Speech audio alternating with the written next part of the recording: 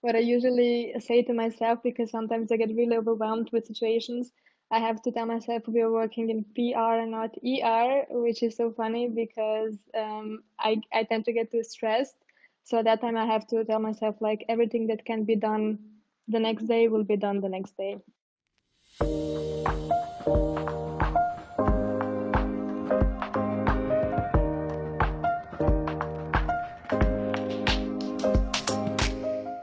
Welcome to Systems with Laura, the podcast where we dive into behind the scenes of how entrepreneurs, creatives, and change makers build the systems that support their boldest ambitions. I'm your host, Laura Plantak.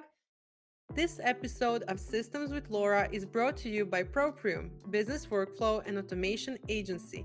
If you're building a service-based business and you're overwhelmed by operations, automations, or choosing the right tools, this is exactly what Proprium helps with. Proprium builds systems that help you save time, reduce repetitive work, and scale without chaos. Learn more at proprium.agency. Today, I'm joined by someone who truly embodies the spirit of thoughtful execution and creative leadership. And I like to present Helena Mikloška. Helena Mikloška is a Croatian entrepreneur, podcaster, and event management professional. She is the founder and CEO of Beyond Events by HM, a company specializing in creating unique and memorable events, from corporate gatherings to product launches. Helena is also the co-host of the podcast Tvoje Moje Naše, where she explores topics related to business and personal life alongside her partner. Currently, she's pursuing a master's degree in sport and event management in Austria. And Helena's professional background includes roles in marketing, sales, and operations management. She has worked with organizations such as Dr. Yield and gaining experience in event planning, campaign execution, and strategic administrative support. Her passion for event management stems from her early experiences organizing family events, which sparked her interest in creating impactful experiences. And in addition to her entrepreneurial ventures, Helena actively participates in mentorship programs and creative collaborations. She's fluent in multiple languages, including Croatian and English, and is committed to connecting with like-minded individuals to bring innovative ideas to life. So I'm gonna say welcome to Helena, and I hope that we can start a little bit with your experience. And if I forgot to say some certain names that are in German that I cannot pronounce, please feel free to tell me more about what you want to add to this introduction. Hi, I'm Helena. Thank you so much for having me. It is a pleasure to be here. I really like doing podcasts because, as you already said, I am a podcaster myself, and it's always fun to be on the other side, to be as a guest here. I think you said pretty much everything about me. Maybe one thing, I don't want to brag, but except from Croatian, English, I also speak German, Italian, and Spanish. So I really like languages. Like for my whole life, I was studying languages. My first goal was basically to learn Italian so good that I can live there, and I did that. I went to a student exchange. I think back in 2023, I would say. For 6 months, I've lived on Sardinia, which was such an amazing experience. And there, I kind of perfected my Italian, so that was really nice. Yeah, but except from that, I think you said pretty much everything. Amazing. So I would say before we dive into systems, and I also think that adding the languages that you speak is so crucial for event planning experience, especially corporate events. I just want to ask you first, where did you originally come up with the idea of event management? What sparked your passion for event planning? So that's a good question. I think like I always knew I wanted to organize something, and I always knew I want to be at events. I want to be like in the middle of things happening. But I think the crucial point was where I organized a 50th anniversary of my grandparents. That was such a fun event because they didn't expect it. So I kind of gathered the whole family and I made everything behind their backs, which was so tough because my grandma, she knows everything. So keeping that a secret for like 3 months was, I think that was worse than the actual planning. But I think that was kind of the moment where I realized, okay, I want to do this because when the event happened after all of that, my grandparents were so happy and everybody was like having such a good time. And I think this emotion of making somebody happy and just basically making something for someone was kind of how can I say that my goal to do also in my company. I think that speaks to the fact that events are a deeply personal experience. So Yeah, it seems like you bring a lot of that into what you're doing for clients. So how does the yeah. work with clients kind of differentiate with working for your family in the early days when you were younger? Let's say working for the Mhm. expedition, yeah. I think there is a big difference because if I mean there is a difference in having a client and having your own family. I like in the beginnings, my family knew I wanted to do something in event management, so they also gave me the opportunity to do that. And I have to say, I think the biggest difference is that there I was allowed to make mistakes, which I also did do.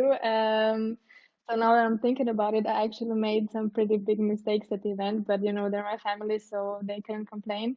And for the client, I always like to make sure that they get everything they want, but also that there are no mistakes. And if something happens, that it doesn't come to them, so that I deal with that on my own and just like report the the results to the client.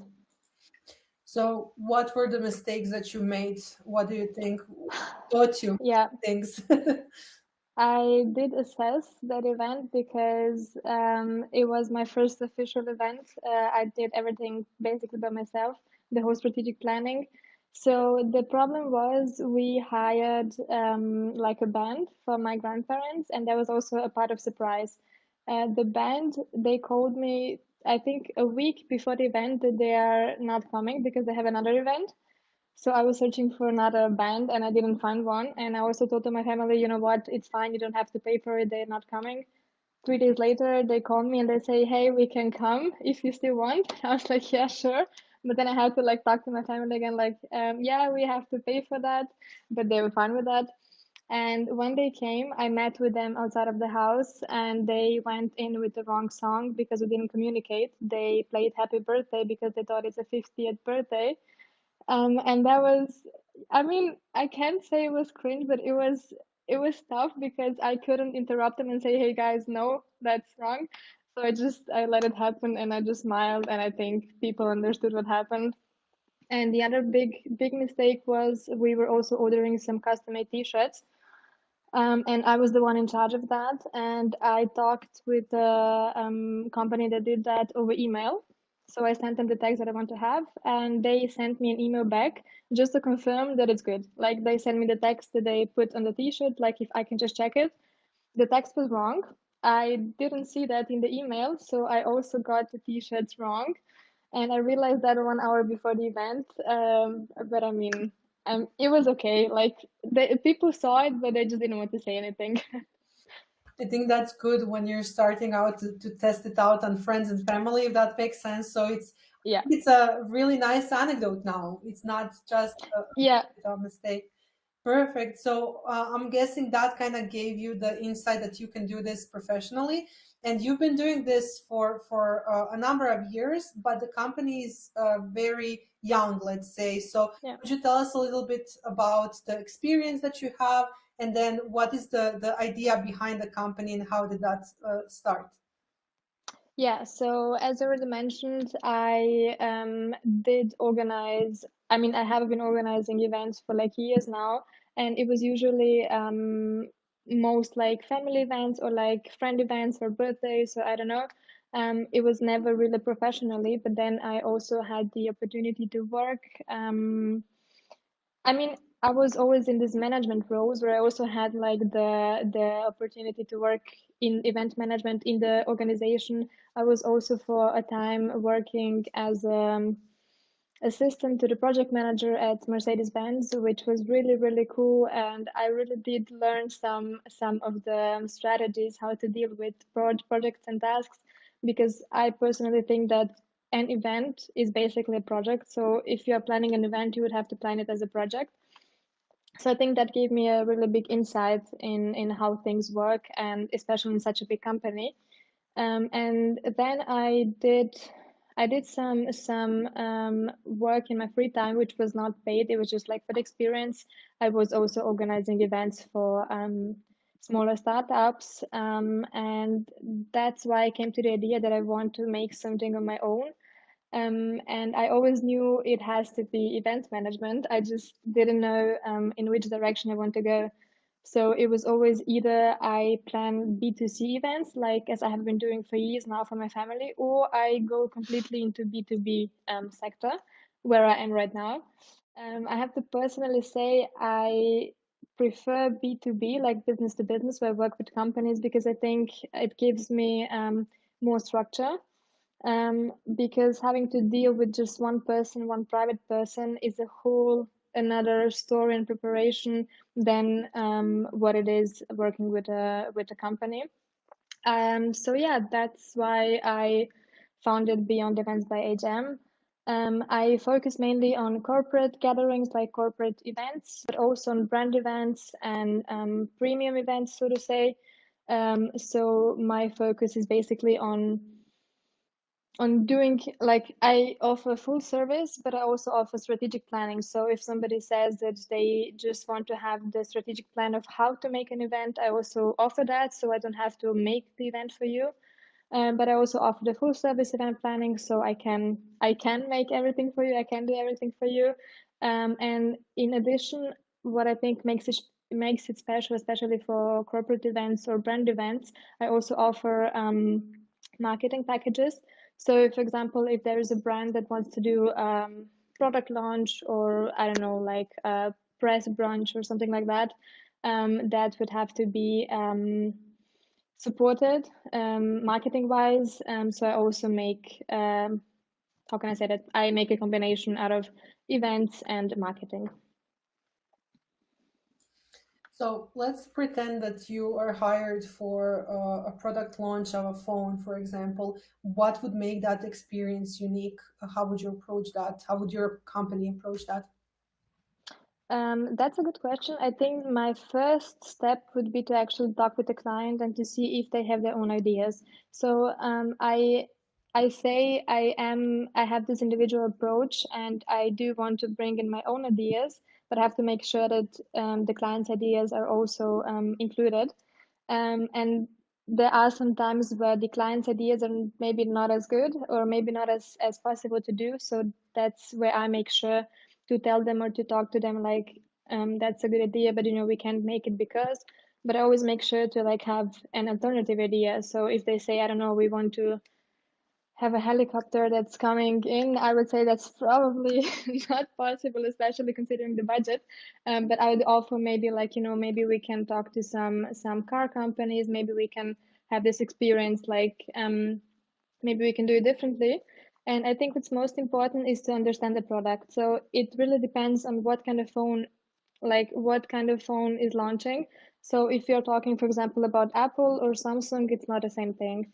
So I would also look into the values of the company. So if their big value is like customer experience, then we would have to make sure that every customer is satisfied in the end. So I think a really big part of that is just like communicating with each other, like me and the client, to see where we are and how big is the budget. That makes a lot of sense. From the events that you've seen, the launches, for example, when iPhone launches, it's a whole worldwide event. It's also being shown. People actually watch it. From any event that you kind of looked at, what would be your favorite? Including Olympics opening and stuff like that, and what maybe do different? That's a great question. I have to say I'm not really in the loop, so I see that there is like an event happening, but I'm not really watching it. But I have to say, I think this is also pretty personal, because at the time I was working at Mercedes, and they had a launch of a first electrical G-Class, and that was also a worldwide event. And I think they did it really cool, like with Travis on the Mercedes singing, and it was also streamed like in every country. They also had like, I mean, I think it's so cool because I was also in the company when that was happening, so I kind of did have a small insight of how they did it. But I think it was a really cool event, and I wouldn't have done anything differently. That's also a really good benchmark for Yeah. ideas. So when I was looking a little bit more about your company, I was preparing for the podcast. It's giving very much this unique brand experience. So I think it's something that would enable any corporation or any B2B collaboration to kind of flourish. So what are the types of events that you would love to do for other companies, other Mhm. team buildings, product launches? What are some of the things that you have planned for in the future? That's a pretty broad question. I have to say I'm pretty much open to everything, but I think the main point for me where I also choose clients is that I can be creative.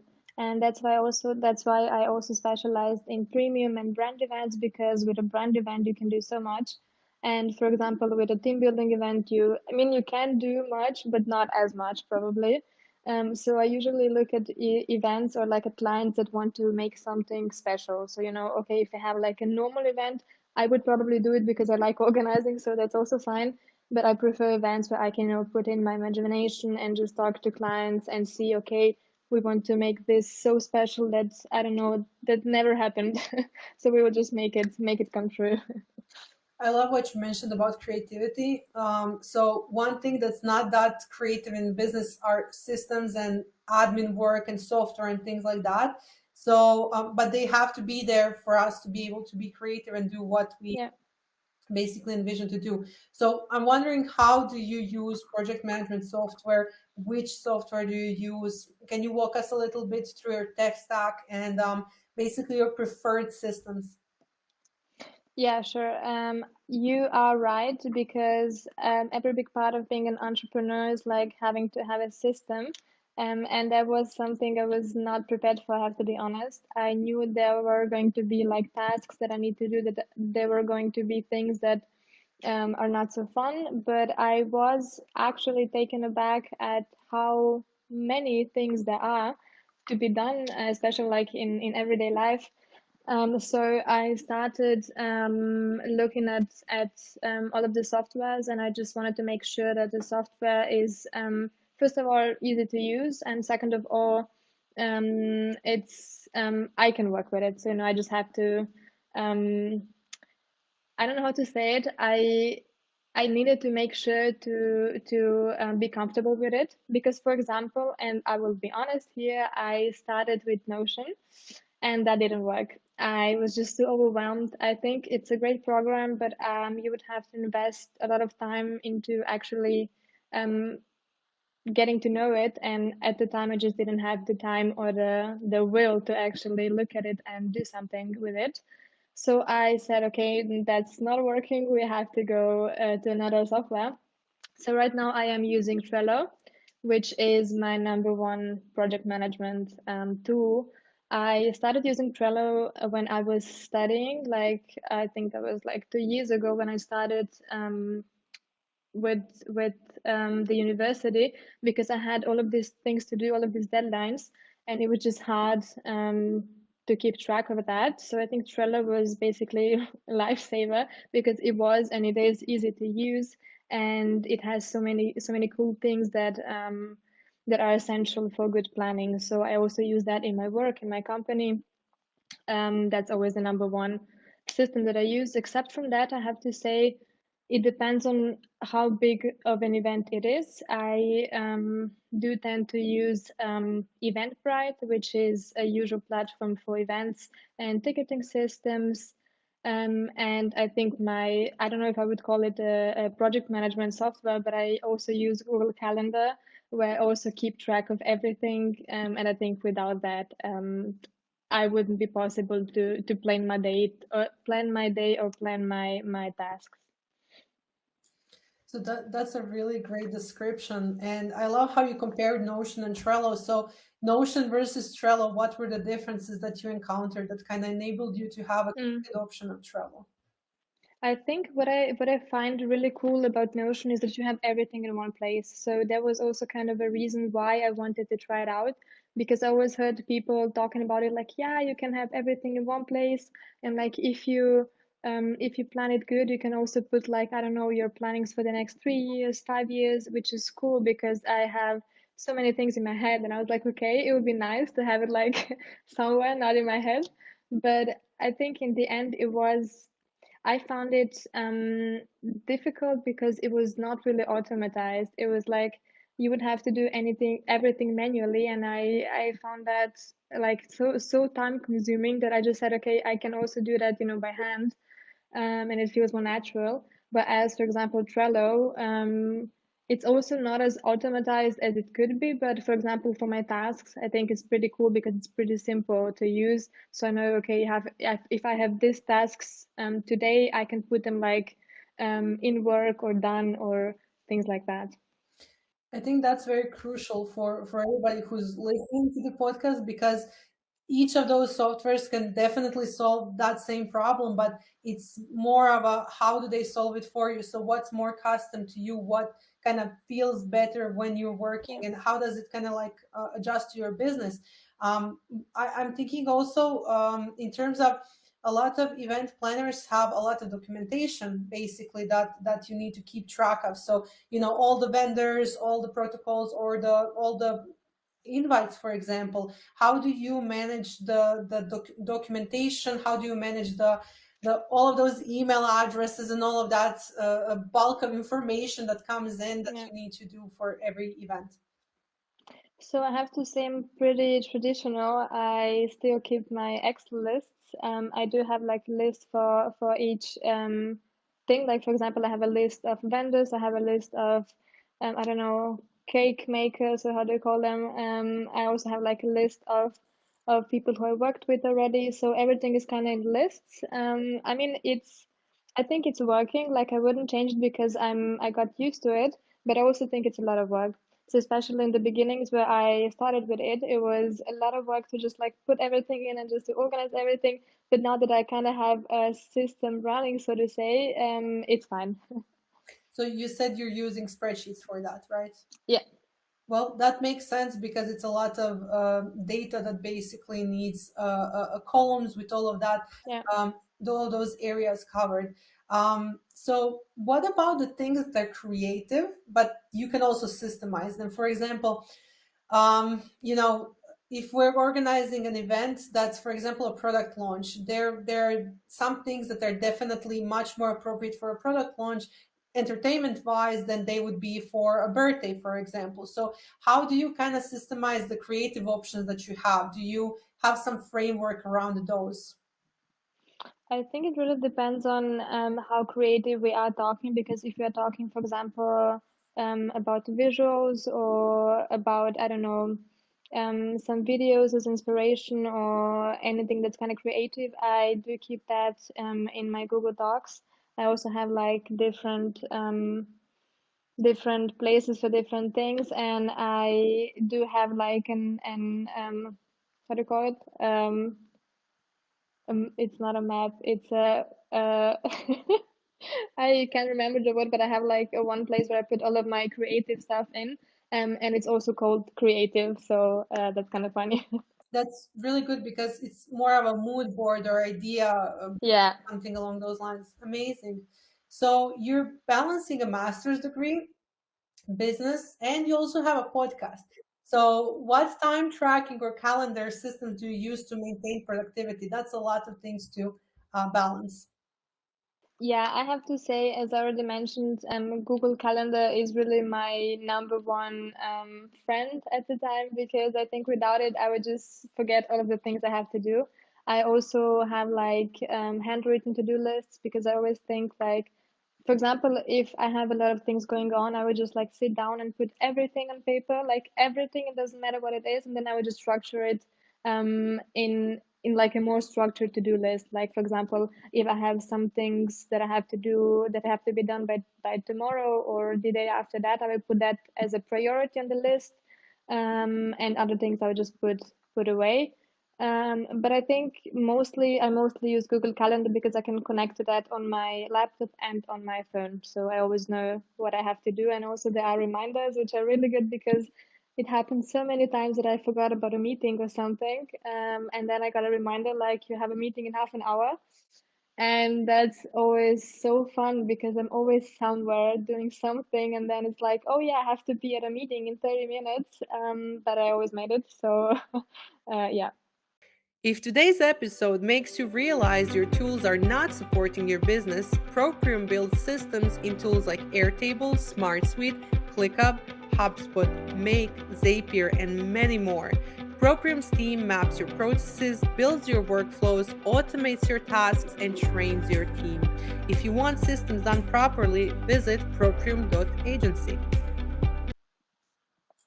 So that's a really good strategy when you can plan stuff out. But I would assume, as an event planner, that some things happen. People call you, especially when the event is approaching, like we had with the band in your personal experience that you had. Yeah. How do you protect your time and energy while running a business with those ad hoc situations that pop up, unexpected situations with vendors, maybe? Are there boundaries or systems that you have in place for that, basically? That's a really good question. I think that was the most difficult thing that I had to deal with when first starting this business, because as you said, like if an event is in 3 days and a vendor calls me at like 8 p.m., I would have to pick up. But I decided that I will have just like my time frame where I'm available, which is basically the whole day. So I would say if I'm working from 8 a.m. until I don't know. I would say 6 p.m. Available until 6 p.m. and anything that happens after that would have to be moved to the next day. And where it gets difficult is when we are approaching an event, like a couple of days before. There, I make sure that I'm always available. But I think like a lot of people I worked with respect these boundaries. They also know themselves. Okay, yeah, maybe it's not nice to call somebody at like 8 p.m. We can also do it tomorrow. And what I what I usually say to myself, because sometimes I get really overwhelmed with situations, I have to tell myself we are working in PR and not ER, which is so funny because I tend to get too stressed. So at that time I have to tell myself like everything that can be done the next day will be done the next day.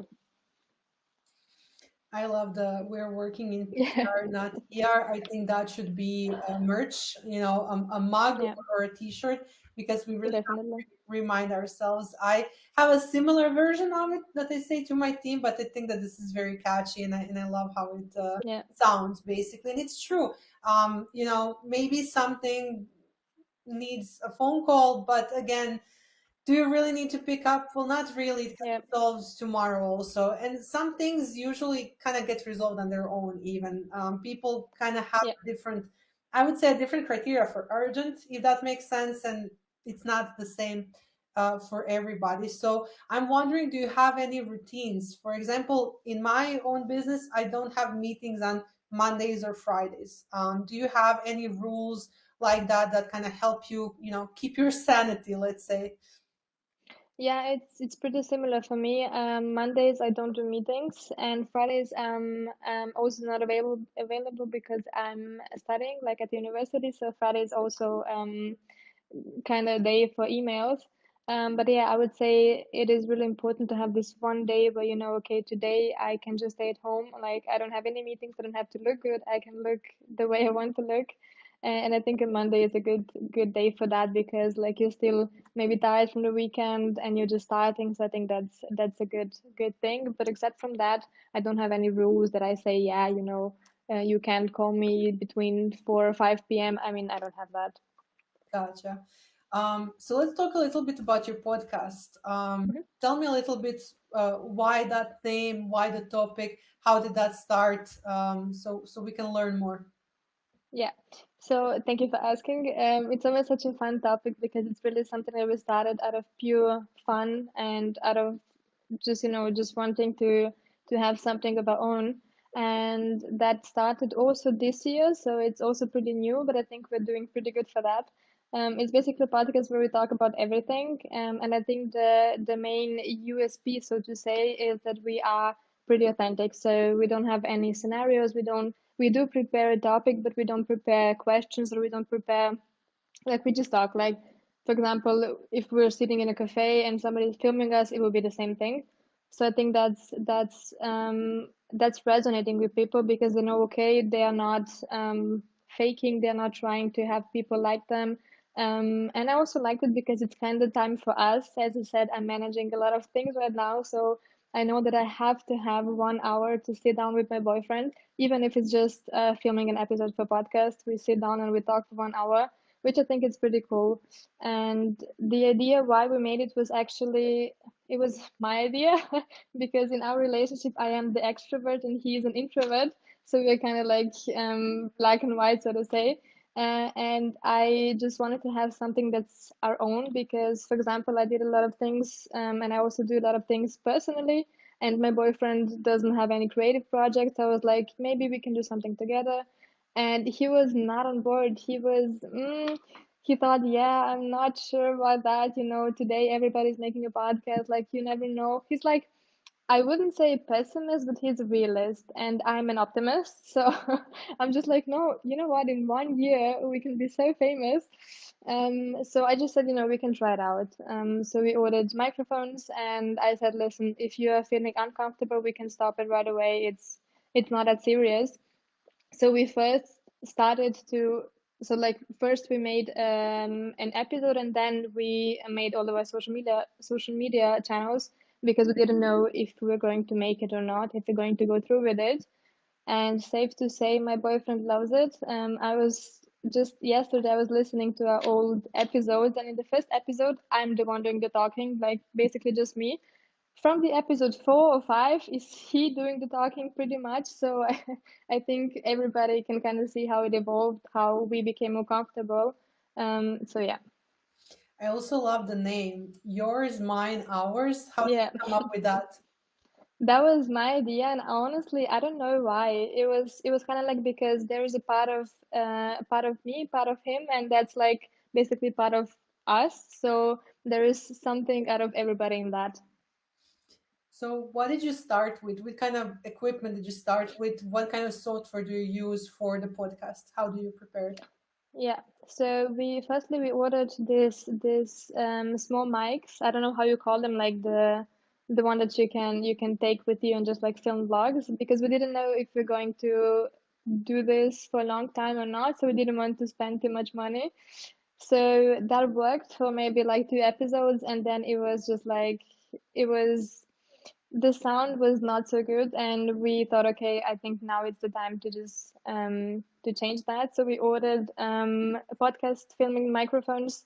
I'm not sure which ones. We informed ourselves just to see which ones are good enough, but not so professional, because I mean we wouldn't want to invest so much if we don't know if we are going to do it for a longer time.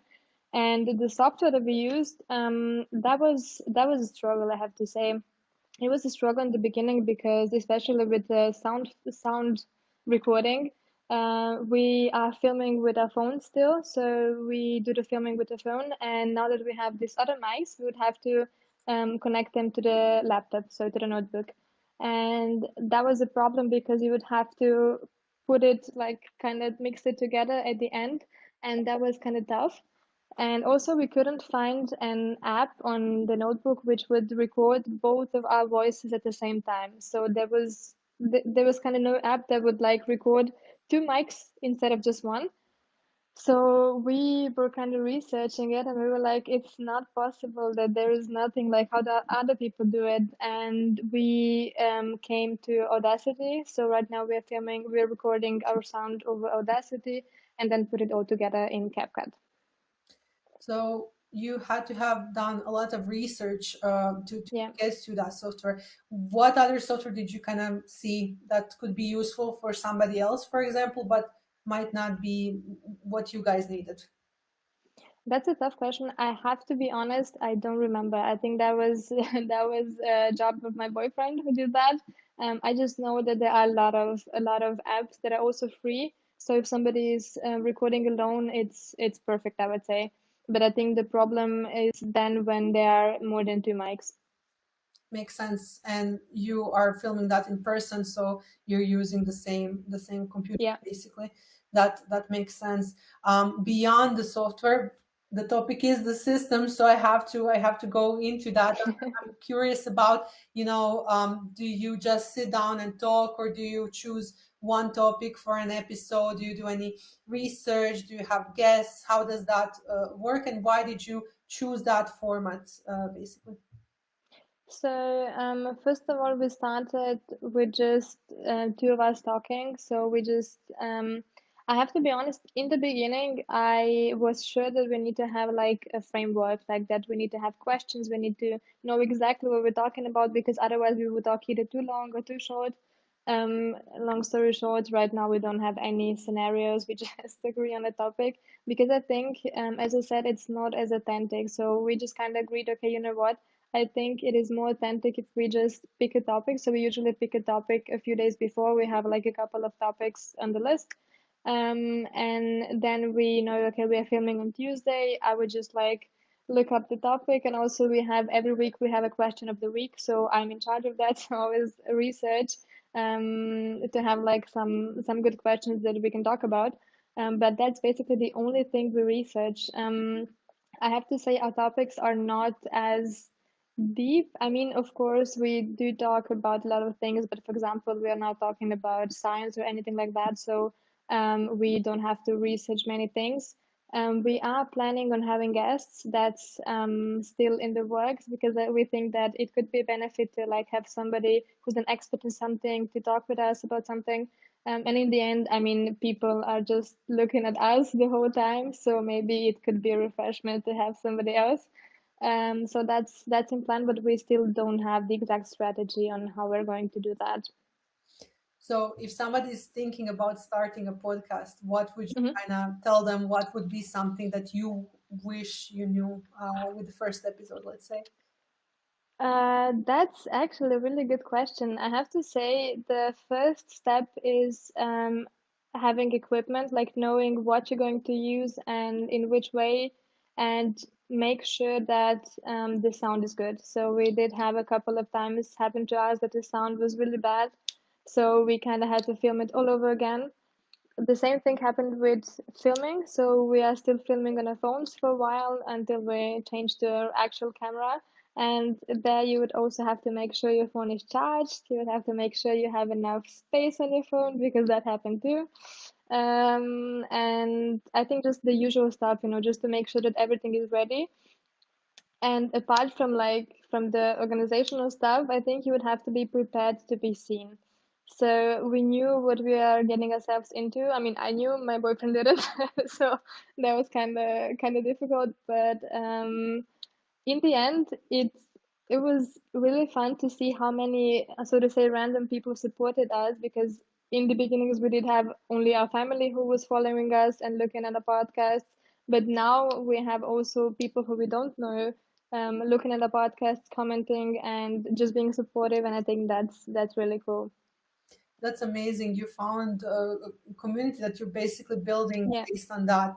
I think that podcasts, well, we are filming a podcast currently, so I have to say Yeah. I do believe in podcasts. It does feel like a lot of people have a podcast, but it also, when you start researching topics and when you start looking for something that you want to listen to, it's not even that many podcasts that kind of Yeah. exist, let's say, in certain topics. So do you have any examples of any podcasts that you kind of look up to, that you love to listen, that there's some sort of a role model, let's say, in a way? Yeah, so definitely my number one is Diaries of a CEO. I think that's pretty basic because I think everybody is listening to that right now. But I think Stephen has the perfect mixture of having guests that have like a lot of insight in some things that I maybe wouldn't have insight into, and also him being like so calm and like um asking the right questions. I think that's the perfect mixture of that. And I think apart from that, I don't listen to many podcasts. I think it always, for me, depends on what I'm in a mood for. So, for example, I also did listen to Dr. Joe Dispenza when I was in the mood for, I don't know, changing my life. And that was a fun time. So it depends on, and maybe if I'm like in the mood for something fun, I do like true crime podcasts. So yeah, I think it depends.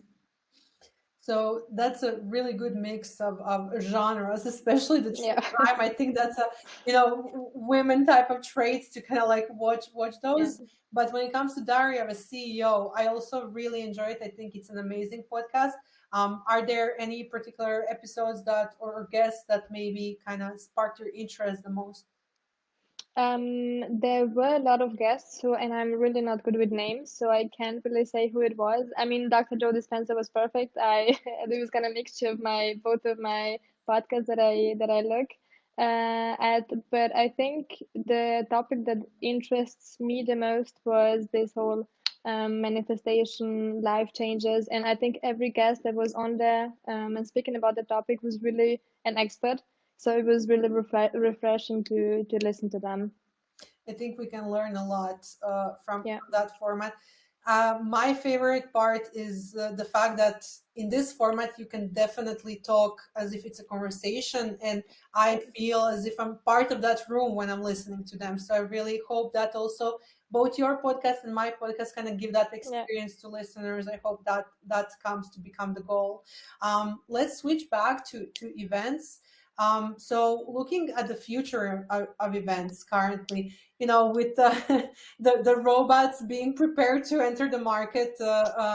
You've seen probably the Tesla robot event a few weeks ago and things like that. How do you think that's going to make an impact about your work and your company's future?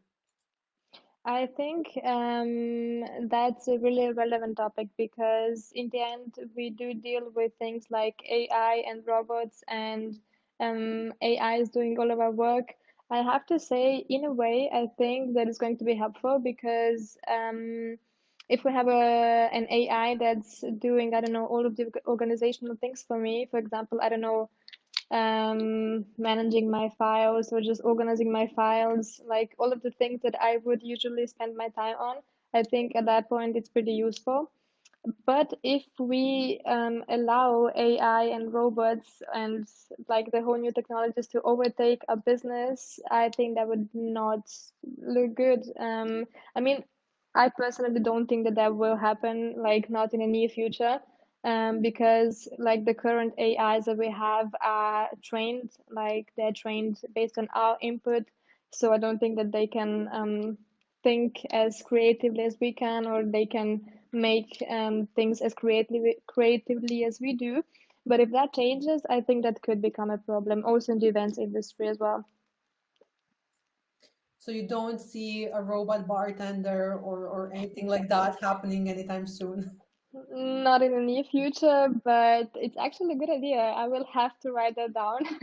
No, I don't think so. I think that's way too far from us. And I think the problem is not having that or like getting a robot. I think that's not a problem.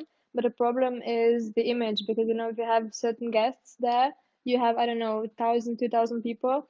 It has to depend on how many people are going to find that cool and how many people are going to find that bad. So like your whole event is based on that, and I think that's a sensible topic when you're doing events. Do you use AI, and if yes, which ones? Not as much, I have to say. I do use ChatGPT mostly, but as I said, for like just helping me think through my ideas. So, for example, if I have a creative idea that I would like to have more in detail or that I would like to have it structured, I ask him to do it for me. But except from that, I don't. Or maybe like for writing, rewriting some text that I write. But apart from that, I don't use any AI. So if you were to describe ChatGPT to somebody who never used it, how would you kind of advise for them to try it? What would you tell them to try? Yeah, I think it's hard if you don't know what we're talking about, but I would say it's basically an engine and a machine that's helping you in doing the work that you can basically delegate. So as I said, like all of these things that where people don't have to think, he can help you with that. But as soon as it comes to like the creative ideas or like having to think of something, it's probably not the best idea to use AI, not for now. Yeah. Got it. So I'm wondering, since your company is fairly, let's say, new, even though you have a lot of years of experience in this, how do you see the goals for your company in 2025 and in the next few years? Where do you want your brand to go? Where do you see the goal, the legacy, the vision, basically, of everything? Yeah, I think a vision is a pretty important thing to have. So that was kind of the first thing that I established in my company. My thing is that I'm present in a lot of areas right now. So as you said, I do own a company. I also am doing a podcast, and also I am kind of micro influencing. Maybe you can if you understand what I mean. So basically, people know about me from different areas, and basically, the goal of all of this, like of all of this publicity, is for that to go back to my company, so that people know, okay, this is Helena. She has her own podcast, yeah, okay, but she's also an owner of an event management company. So everything I do is kind of connected to that, and I think the big vision is basically to just have enough events where I can work creatively and where I can manage to do events that are unforgettable. I love that vision, and I'm really sure you're gonna get there because from everything that you've said, this is just the beginning. So this is basically just your ideas finally getting, I would say, your kind of frame, Yeah. basically. So I want to thank you a lot for being my guest in the second episode. It really means a lot for you to support the podcast, but I also have enjoyed listening to your story and every response you had, and I love how you described the systems and software you're using. I'm very sure that everybody who's going to listen will find this useful. So thank you so much for being my guest today, Helena. Thank you for having me. And I want to thank everybody who is going to watch the podcast, and I'll see you in the next episode. Thank you. If you enjoy conversations like this, you'll love the Proprium Digital Network. It's a community where digital service founders get tools, templates, weekly insights, and behind the scenes guidance on building systems the right way. If you want to stop building systems alone and start building with support, join us at proprium.agency.